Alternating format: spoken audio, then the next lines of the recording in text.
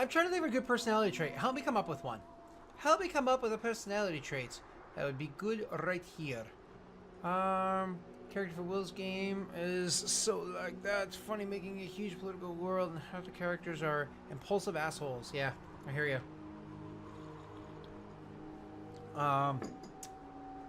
It's funny, Ollie. I would totally play different characters in Yavik's Scare. What's his name? In Yavik's Scare, Forak was not impulsive in the least bit. He is actually very driven with a certain goal. The problem was, it was very much in the opposite path of one in particular character, because we were serving evil people that were doing evil things. Like, theft for weapons of mass destruction is an act of evil. So, and specifically against his race. So that's why he seems like he was out of nowhere, but he was very, very specifically a driven person with a goal.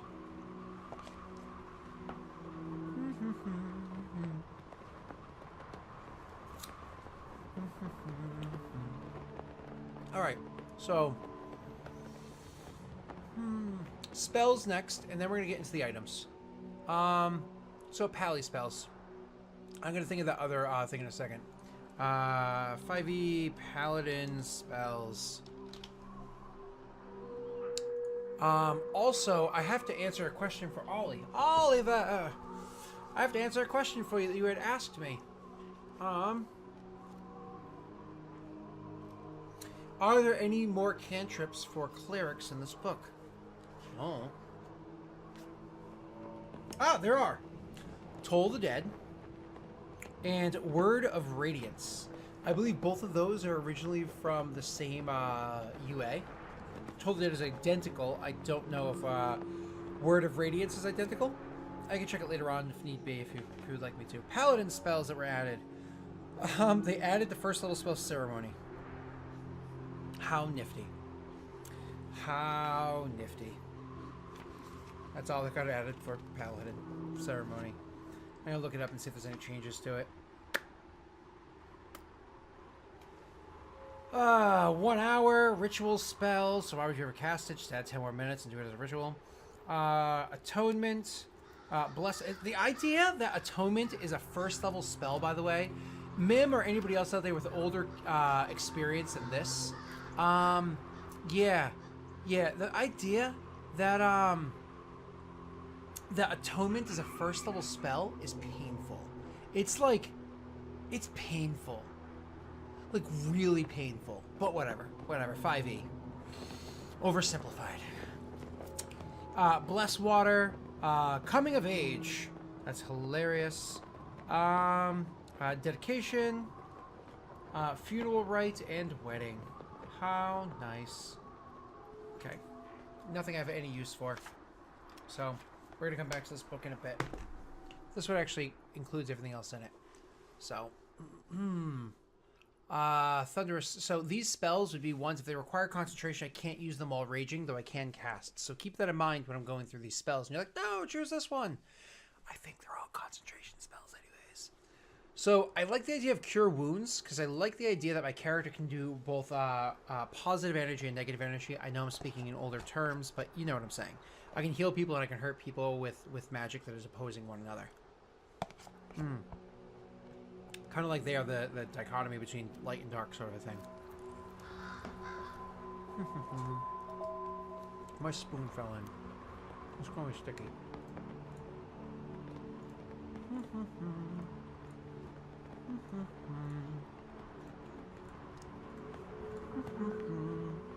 Why would I get to detect good and evil if I already have divine sense? I mean, I know they're not the same, but they're effectively the fucking same. Okay, I'm pretty sure everything here but Cure Wounds is a concentration. Cure Wounds is not. Concentration. Concentration. Concentration. Concentration. Concentration. Concentration. Ooh! Oh, it's because I did Cure Wounds twice. Okay. Concentration. Oy vey. Alright, so Cure Wounds is obviously going to be what I have to grab. Why wouldn't I? It is certainly going to be helpful. So we're going to throw Cure Wounds onto the character as one of the 3 that I can memorize.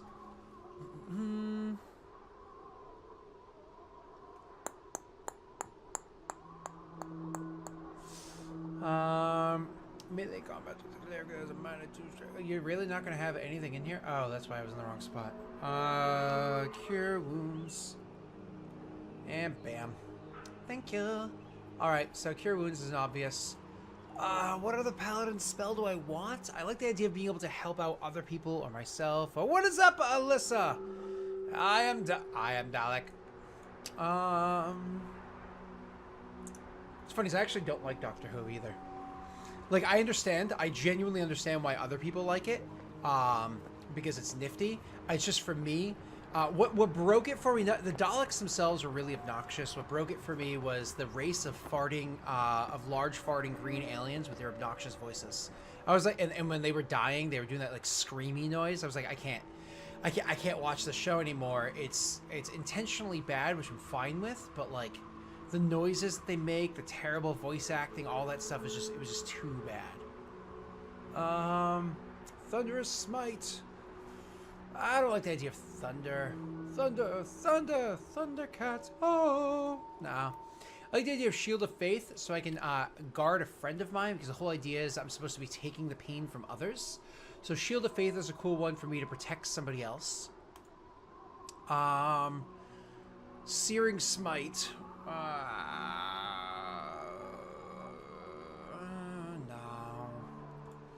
Heroism's cool because it gives temp HP, but the temp HP is probably going to only equal 2. So it's equal to your spellcasting. I mean, 2 temp HP is not exactly amazing. I guess it could be to a commoner, so... I mean... This is nifty because your weapon attacks deal an additional 1d4 damage. That's nice because one of the other things I was talking about doing...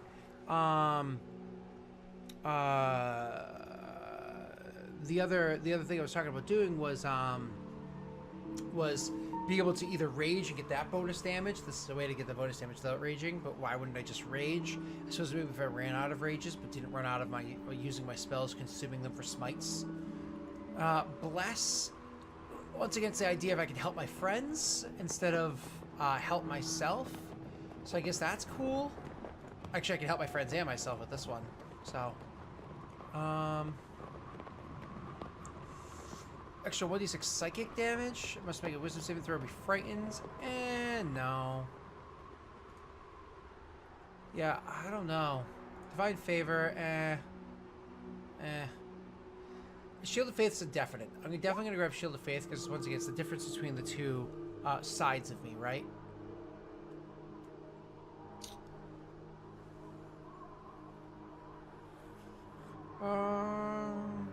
Personality trait.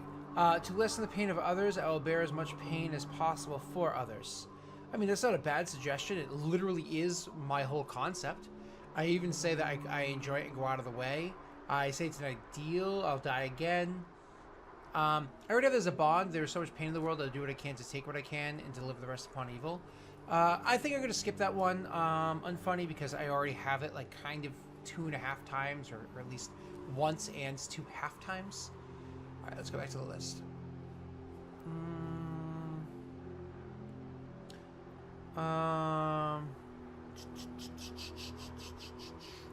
Protection from good and evil. That's a really good one. Thank you, Alyssa. That is a brilliant suggestion. I don't know why I didn't think of it. Thank you. I appreciate it. Genuinely appreciate it. Good and... you have to be from the beginning. Protection from good and evil. Bam. What's up, Cap? How you doing? Alright, so, yeah, I think I only get 3 from being this level. Because I'm level 2. I'm pretty sure it's half your level plus your charisma modifier. Just double checking that right now. It's just fighter. P is after F. If singing the ABCs 38 times a morning, 87 times an afternoon, and 153 times an evening hasn't taught me that. I don't know what will. Mind you, shortly. Ranger. Here we are. Paladin.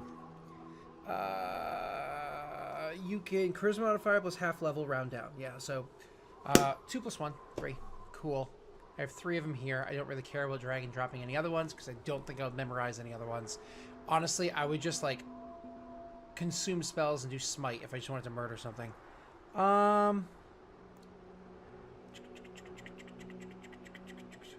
Bless plus smite.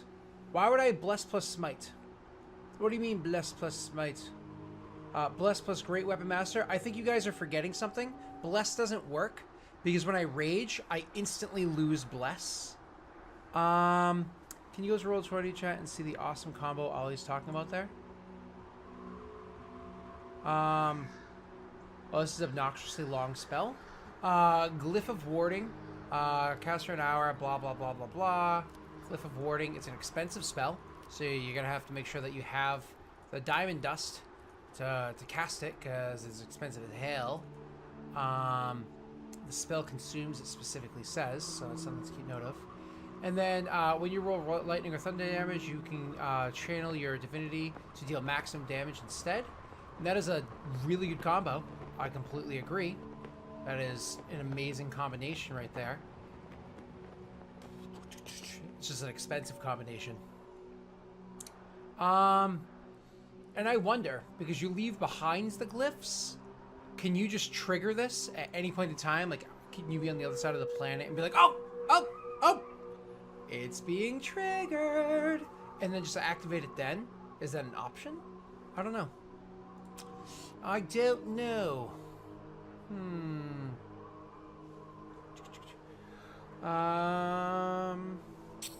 That would be a DM call sort of a thing. All right.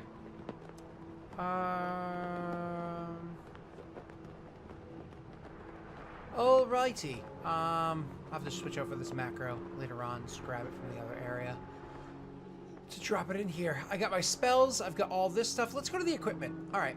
I think we're good. I'm still thinking of my other trait, which I'll get to. All of this stuff is good. I think I'm just doing equipment now because I don't care about this so much. We already talked about my backstory. I gave you a quick and easy version of the backstory. So let's go to Xanathar's Guide. So in there, Xanathar's Guide, there's some really cool, simple magic items that I very much enjoy. One of them comes to mind for something that I had already rolled to have. So the idea of enchanting it a little bit further. Tickles my fanny. This is Veteran's Cane. When you grasp this walking stick, you can use a bonus action to speak the command by transforming it into an ordinary long sword and ceases to be magical. Which theoretically means when you do it once, it's over. You make this stick, it turns into a sword once, and now you have a sword. Get over yourself. That's it. You just have a sword once. It's over. So, I mean, it's theoretically a very cheap item. What's a longsword worth? Like 15 gold? So you'd say crafting one of these is probably worth like 55 gold. Ooh, you stuck past the guards once for the total of, 40 gold.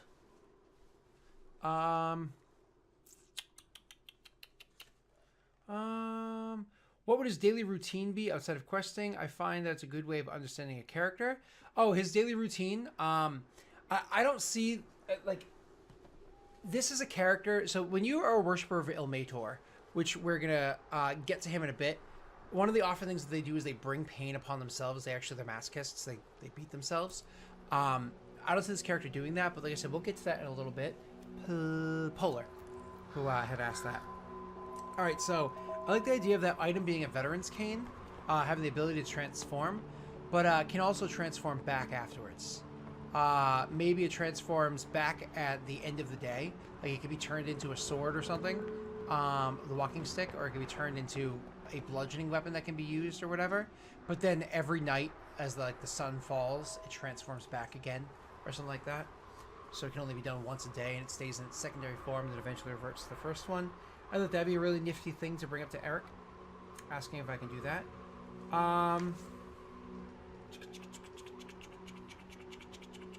Cool. Be refreshing. Boots of false tracks. No. Cast off armor. You could doff this armor as an action. I do like the idea of armor that can just disappear off of you, because I like the idea that it's like one of those, no, come for me, and they go for my friends anyways, and I literally just kind of throw my arm to the side, all the armor falls off of me, and I'm like, no, I'm here and open, come for me. And sure, my AC would drop, luckily only by 3. I would still have a 14, which sucks, but, you know, it's better than like a 10 or something. No. I really gotta get that for Salny. I also like the idea of having one of these magic items. So the Dark Shard Amulet. You can use this amulet as a spellcasting focus for Warlock spells. Okay, whatever. You can, what is it? You can also cast a cantrip that you don't know. The cantrip must be a one on the Warlock spell list. You make a DC 10 Intelligence Arcana check. If the check succeeds, you cast a spell. If the check fails, or if it succeeds, whatever action happens, either case, it doesn't work until you finish a long rest. So whether if you succeed or fail, you can't use it again. But it has a chance of casting a spell for you. I thought that was kind of nifty. Well, yeah, I don't think it would be. I don't think it'd be seductive like either Plex. Here, Enduring Spellbook, the Eye. No, I'm good with that one. Hat. Herod's Handy Spice Pouch. That was such a goofy one. I was like, oh, is it a spell pouch? No, it's a spice pouch. It's a spice pouch. Instrument of Illusions. Gotta make a few things for Dean Cuddy. Instrument of Scribing. Lock of Trickery, which is something Aaron's character should have in Yarvik Scare. The Moon Touch Sword. I thought that was wicked cool. Mastery Key, Orb of Direction, Orb of Time. Once again, one of those things that I see Salny having. Pull of Collapsing, Rope of Mending. I love going through the Xanathar's little items here. Staff of Adornment. I honestly think that the only one that jumped out at me, I thought there was another one, but I think the only one that really jumped out at me was the Veteran's Cane. Yeah, I think it's the only one that really jumped out at me. Yeah, the eye is nifty, but the whole idea of that I'm missing an eye currently, I don't see him as being broken in the sense that he actually physically is marred that much. It's more of his soul was marred, because when he was pulled into hell, it was his soul that was pulled into hell. And he's always being healed by magic, right? So, all right, let's do. I'm gonna put a little marker here, a little asterisk right here, to remind myself to ask Eric. Can the cane be a veteran's cane or veteran's stick or whatever the hell it's called? That'd be nifty. Bio. Age. Let's see. They die at like 180, I think. So let's make him 53. Size is obviously medium. Height. Let's make him 5'9". Weight. Let's see. He's very strong. He's kind of tough. Let's give him 185 at 5'9". That's pretty. It's not thick enough. Let's give him 210 at 5'9". That's a pretty beefy guy at 5'9". I mean, I am 5'11", and weigh about 205. So taking 2 inches off of me and just add a bunch of muscle. Eyes. That's one of those cool things where my actual original inspiration, I won't lie, I was inspired by an image. It's one of the reasons why I love Ollie. He's one of those artists that inspire me with imagery. The problem I have nowadays is I see a lot of his artwork as representing characters I already know about as opposed to the other way. So it's nice when he does his commissions for other people and I get to see it. Characters I know nothing about because I can like make up my own ideas. But my idea literally came from the picture 105 from Volos, which is, you know, that picture right there. Loved that picture. It's not going to be exactly that, but I loved that picture.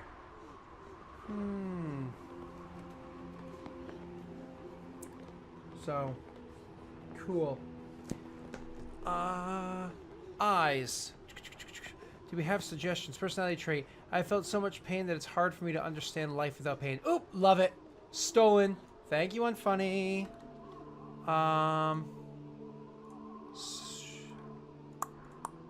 Good. Life is pain. Anyone who's telling you otherwise is trying to sell you something. All right, back over to bio. Skin. Because he's a fallen angel, I'm gonna give him. His skin is always always looks like there's a dark shadow cast on it. So I'm just going to say shadow tainted. And scarred. First I was like, does that say scared? Oh, why aren't you letting me click?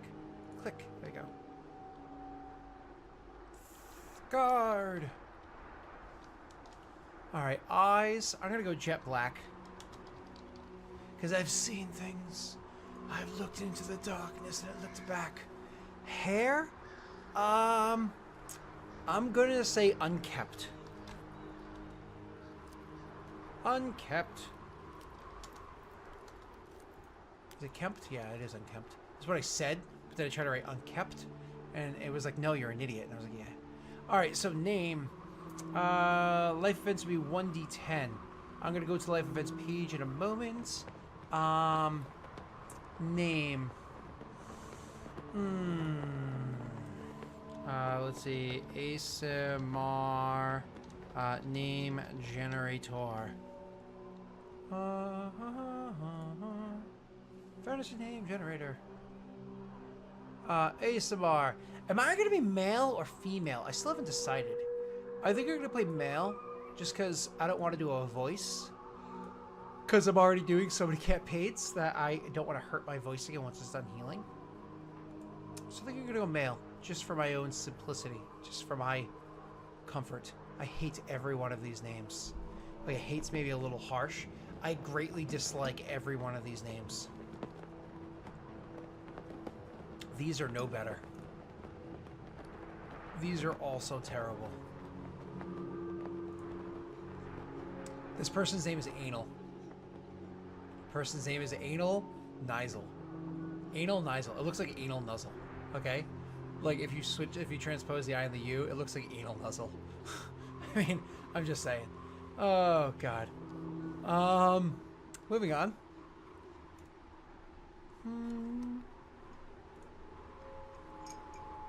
I don't like any of these names. I don't. Thonk is a pretty angelic name. Huh. I'm gonna start checking the female names to see if I like one of those better to use as a male. God, these are not good. Oh man. Let's choose a different race as inspiration, huh? Oh, let's choose a fetchling.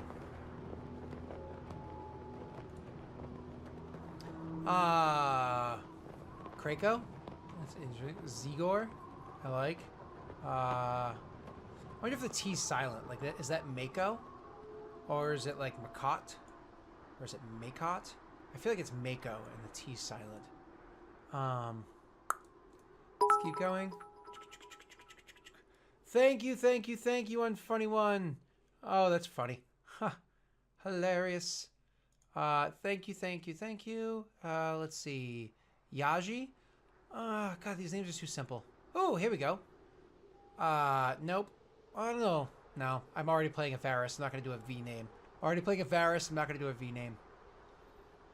I'm not going to do anything that sounds like it could be the beginning of Lucifer. It's 2 on the nose. Anybody have any opinions here? Because I am drawing a blank. I do not like any of these names. Drow. Gnome. Tien. Ooh, Zulane. I actually like this. I like the name Zulane. Because whatever his actual name is going to be, you liked Ingram? Ingram wasn't bad either. Well, Zulane, because whatever it's going to be the Fallen afterwards. I can go with Ingram or Zulane. You know what? I'm going to make Zulane the last name. It's going to be, here we go. Ingram, Zulane, and I got to find one more name, and the last bit's going to be the Fallen. What is it, Magor? Is that what you're saying, Magor? I'll take it. Means hollow. I don't want to take anything that sounds negative or has the basic negative meaning. Mimitin, because he was originally just an Asamar that was like goodly and happy and da da da da da. So Maegor. So he's going to be. This is going to be his full name. But we got to come over here. Go here, and then I believe what I can do, because I've done it before, is no, I have to do it in. How did I do it before? I had to do it on my token, is where I changed the name. Just think if I do this, I'm just gonna cut. I'm gonna go the Fallen, and I think that will fuck it up, won't it? Yeah, it does. I thought so. Okay. Okay. So it's Ingram Zulain Magor, but it's going to be known as Ingram the Fallen. I like that name. It's wicked cool. Make Ingram the old name after his turmoil. He now goes by Zulain. No, because I feel like he wouldn't change his name. He would keep his name. He's not losing his identity. And I also imagine he continues to go by his name. It's just he has a reputation within the church. So Eric is doing this whole thing where we all worship the same God. We're all from the same church. Not necessarily the same building, but the same faith, right? It's Ilmator, which again, we're going to get to in a moment. My whole thing is like, how as a DM are you going to get these three very different higher level PCs in one room together? Do they know each other before? Do they not? He told us for simplicity, yes, you do. My personal opinion is, how do you make them know each other? They literally know each other by reputation. They've probably never met each other ever before. Tell each of the PCs, hey guys, come up with like a low level and then like a medium level secret about your character. When you guys walk into the game, have like 3 sentences description that they would know you by reputation for. Then we'll make them make a history or religion check of their choice. If they break this tier versus this tier, they get to know this secret and or this secret. You know what I mean? And then yay, you get to know maybe a little bit more about one another walking into the game. But for the most part, you just have this basic reputation because you're both higher level characters walking in from the same church. Instead of like, hey, remember you and me? We totally killed dragons together. And they have to like try to fake an old relationship. Or, I don't know who you are, I don't trust you. You know what I mean? I mean, it's only 4 sessions. It's only literally 12 hours of gaming. So we don't want it to be too much time wasted on getting to know one another. Bio spells. All right, let's go into who is Ilmator. D&D Ilmator. Ilmator of the Forgotten Realms. We are on the wiki. That's right. I brought you over to the wiki to look at this stuff because I am a trash goblin. All right. So what's up, Tiv? How you doing? So Ilmator, or Ilmator.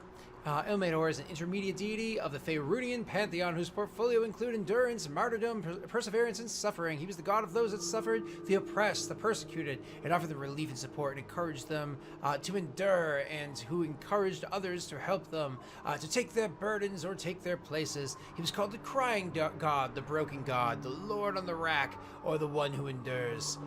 To the Lulutian people of the Great Glacier, he was also known as Ayuruk. And to the Oblivion people, he was known as, I'm not going to pronounce this word. Okay, I'll try. Itishik Opak. In Avatar form, he appeared as a short man, burly build, blah, blah, blah, blah, blah. So, let's go over to where I know him best from, which is 3E. I didn't know him very well in 2E just because I was young at the time when I used to play these games. I never worshipped him in my adulthood of playing 2E games. At 1E, you just play for laughs. You don't actually play 1E unless you're doing laughs. It's a shit game. Alright, so 3E. Good, healing, law, strength, suffering, endurance. Worshippers, the lame, oppressed, impoverished. Peasants, slaves, monks, and paladins. It's like, look at that. Look at the friggin', like the transition there.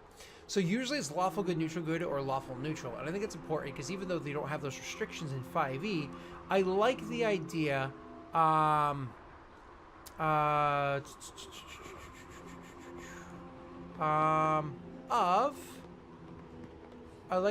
of being true neutral. It's one of those things where, or neutral good, I don't know, like, I have a hard time trying to define this person's alignment because they continue to want to take pain for others, but they literally want other people to suffer. They want evil people to not just die, they want them to suffer, to feel pain before they die.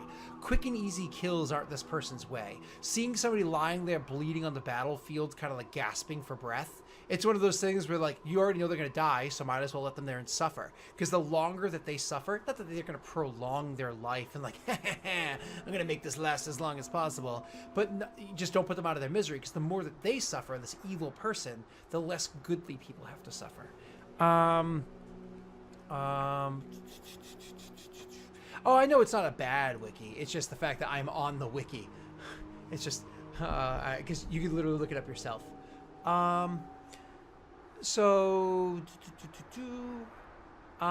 Yeah, so it serves Tyr, which I think is funny. So he's actually part of the what is it? The Holy Trinity, right? It's like the three goodly gods that oppose lots of other bad peoples and whatnot. He's a wicked cool god, wicked cool guy. Yeah, okay. I'm glad Eric chose him because it allowed me to come up with this nifty concept. I mean, look at this picture. This guy's, he sees some bad days. All right, where's his dogma so I can read that? That's important. It's important. Is the dogma not on here? Because if not, I'll just go grab my book. It's right there. I am not seeing the dogma. Give me 2 seconds, please. It is right. Where's Faiths and Pantheons?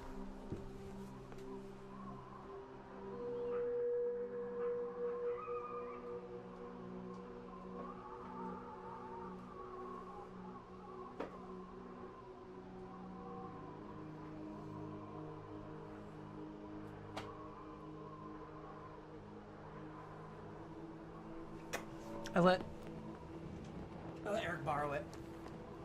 I let Eric borrow it recently. It's not there. Damn it. I don't have it on me for the dogma of Ilmator. I'm going to see if I can Google it. I said back, damn you. Or not, you know, that's cool. Dogma. Clean up the search. Church of Ilmator. Jump to dogma.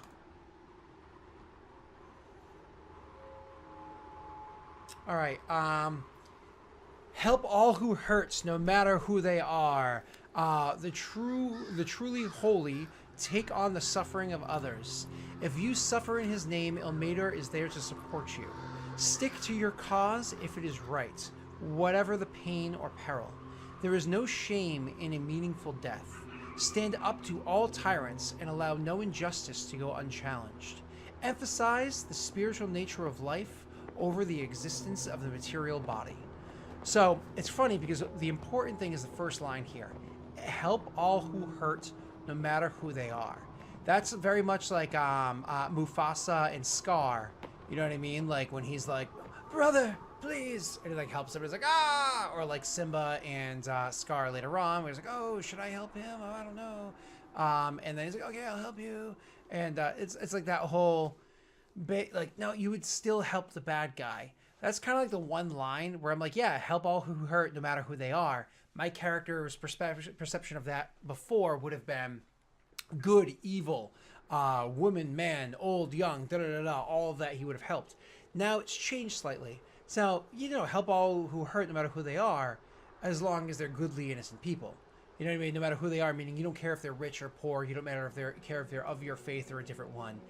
As long as they're not evil. Evil people will always suffer. It's one of those, like, he's twisted the script in his head slightly. So I think that's important. I'm actually going to copy and paste this onto my character sheet so I always have it.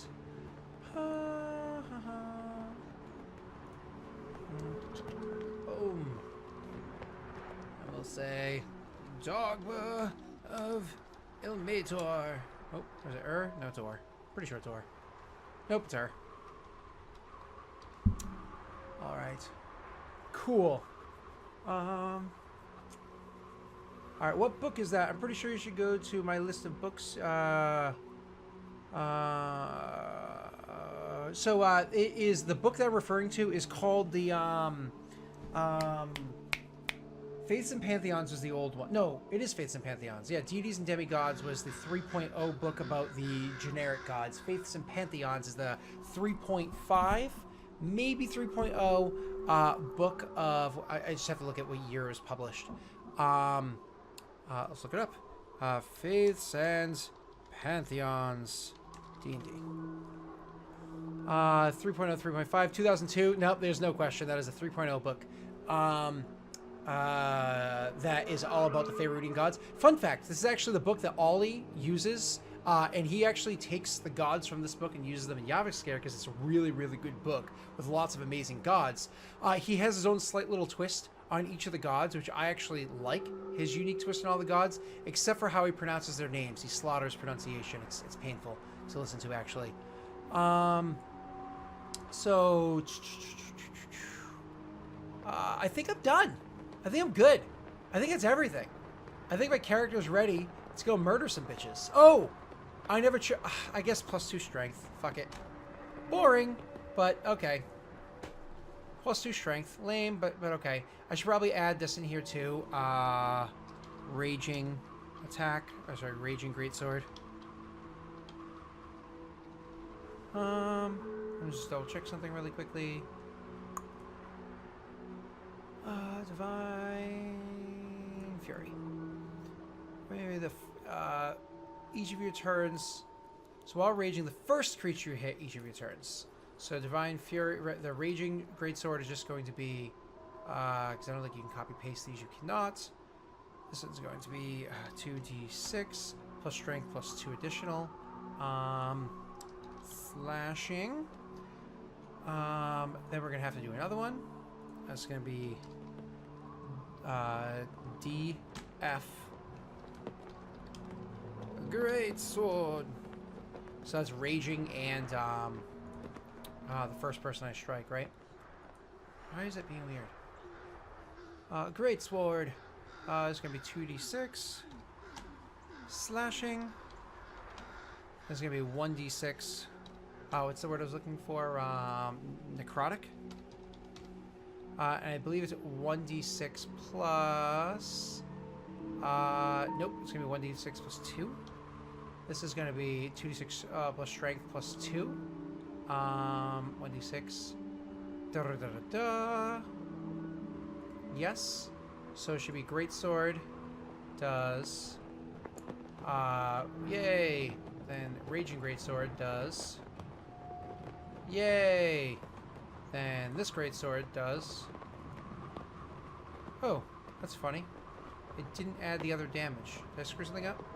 Yep, I did. I forgot to check it. Boom. Boom. Yay!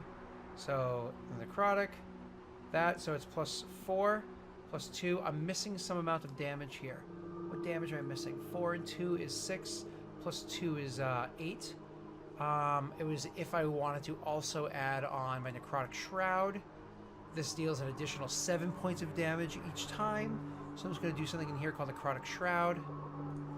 Actually, no. Yeah, I'm going to do Necrotic Shroud. Necrotic Shroud. No attack. Damage is simply going to be 7. Necrotic. So if I have a Necrotic Shroud on, and I do one of these, and I go boom boom, and I just go like this, and then it's one of those like, oh yay, I did it, ooh shit, that is wrong. That's very wrong. Let's turn you off. There you go. Let's try that again. So Greatsword, oh I swing, I hit. I do 9 slashing. I'm gonna re-roll that 1 and 2 actually. So I'm gonna get a macro set up to re-roll my d6s. That's beautiful. And Necrotic Shroud. It's just a 7, so it's flat, which is nice. But I have to re-roll this, so I have to get a nice little macro set up. So we'll just get a super simple one, doesn't really matter. GS re-roll. And it's just going to be... I should set up a query to 1 or 2d6. But I think I'm just going to go, for now, just for simplicity, 1d6. Or 2d6, just for simplicity. Once again, I can get a better one later on. So I already know, like, if I were to do this macro. Let's put it on the bar, just for token action. Oh, I gotta put it on the bar over here. So I know, like, oh, I just press this button. Click. And I know, oh, I'm rerolling 1, I only get the 5. If I'm rerolling 2, I actually get the 8 instead. So I know what I'm like replacing this damage with. So -3 plus blah blah blah. It'd be nice to have it so like kind of rerolled on its own, but you can't really set it up that way because like if you did something that was like reroll 1s or reroll 2s or reroll 1s and 2s, it'll keep rerolling them until it's not those. You can't do it so it only rerolls them once unless you set up an API to do that. You can't do that just with a simple macro. It does not work that way. It's actually kind of one of the flaws of Halfling Luck, if I remember correctly. With Halfling Luck, it doesn't actually work correctly because it'll keep re-rolling once, or at least that was an old flaw of the Halfling Luck ability. If you just like keep attacking, you'll notice that eventually it just like it says re-roll, yes, but maybe they changed that out. I honestly didn't read the update on it. Okay. So anyways, make fun of people's pronunciation, mispronounces God's name. The thing is, if a paladin believes that God does his right and follows him devoutly, then they can have a lawfully paladin servant a chaotic evil God, depending on your interpretation of the alignment wheel. In old school diamonds, that is 100% incorrect. You are very wrong. You burn at the stake and would never have any powers. With the modern day, oh, we don't judge. Everybody can do anything they want. There's no rules. Then yeah, sure, you're completely right. Yeah, I learned how clear blah blah blah. Reroll stuff took me like what is it, Fierce Brother? You can do that reroll stuff. Let me look at my chart. In the you actually could not before. It would reroll. It would just keep re-rolling it over and over again. At least the old days. When I like a year ago or a year and a half ago when I first looked at this. It may have changed. I honestly haven't checked to see if there was an update on that. I think we're good. I think it's it. 100% done. Cool. Alignment. I'm going to call him true neutral. Just for simplicity. Because I don't think Eric gives a shit anyways. Because there are no spells in this edition of the game that matters anyways for it. So I'm going to do that. Do I make another character?